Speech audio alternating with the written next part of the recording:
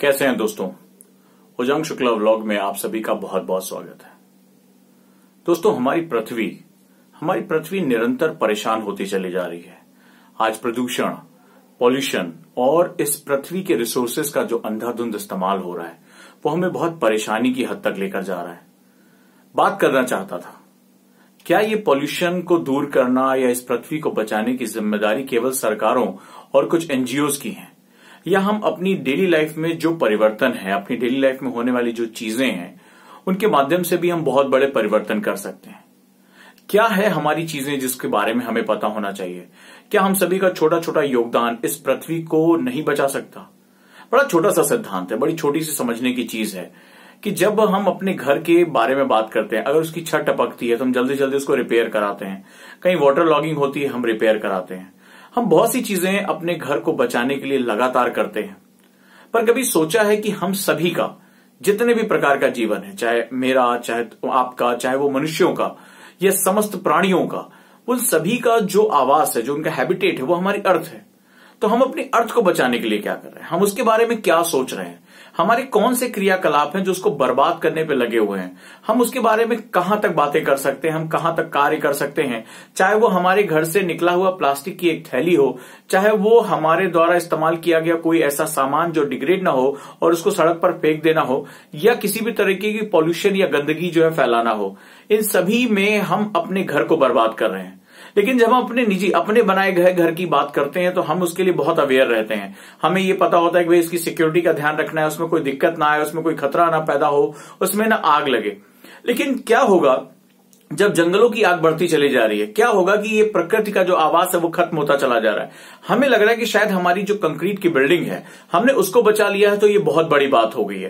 पर हमारी जिंदगी कंक्रीट की बिल्डिंग नहीं है। हमारी जो ये पूरी धरती है वो हमारा आवास है। लेकिन हम मनुष्यों की सोच इतनी छोटी हो चुकी है कि हम इससे ज्यादा कुछ सोच ही नहीं पा रहे हैं। हमें लगता है कि हमारे वो जो 10 मंजिल मकान है या 20 मंजिल सोसाइटी है, अगर वो सेफ है तो हम सेफ है, हमें आगे कुछ भी करने की जरूरत नहीं है। पर दोस्तों, हम एक ऐसे आवास में हैं जो लगातार नष्ट हो रहा है।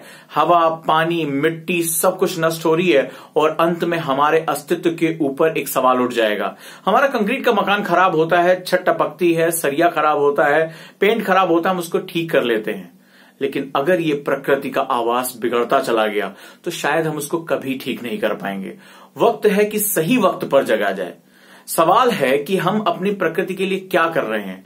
क्या हम उसके लिए अवेयर हैं? क्या हम जागरूकता फैला सकते हैं? या अपने ही सिर्फ कदमों से हम क्यों सरकार का वेट करें, हम क्यों किसी का वेट करें? अपने छोटे छोटे कदमों से हम अगर मार्केट जाएं तो हम थैली लेकर जाएं। हम जरूरी नहीं कि हम प्लास्टिक का यूज करें या दूसरों को मना करें, या कैसे भी अपने माध्यम से छोटे छोटे कदमों को उठाएं तो इस पूरी दुनिया में 7 अरब से ज्यादा मानव हैं। आप ये देखिए कि कितना ज्यादा एफर्ट क्यूमुलेट हो जाएगा। हम अगर बात भी करें तो हम पर्यावरण के बारे में बात करें, क्योंकि हमारा ये सार्वभौमिक यूनिवर्सल आवास है, हैबिटेट है। एक बार ये नष्ट हो गया तो हमारा अस्तित्व ही खतरे में पड़ जाएगा।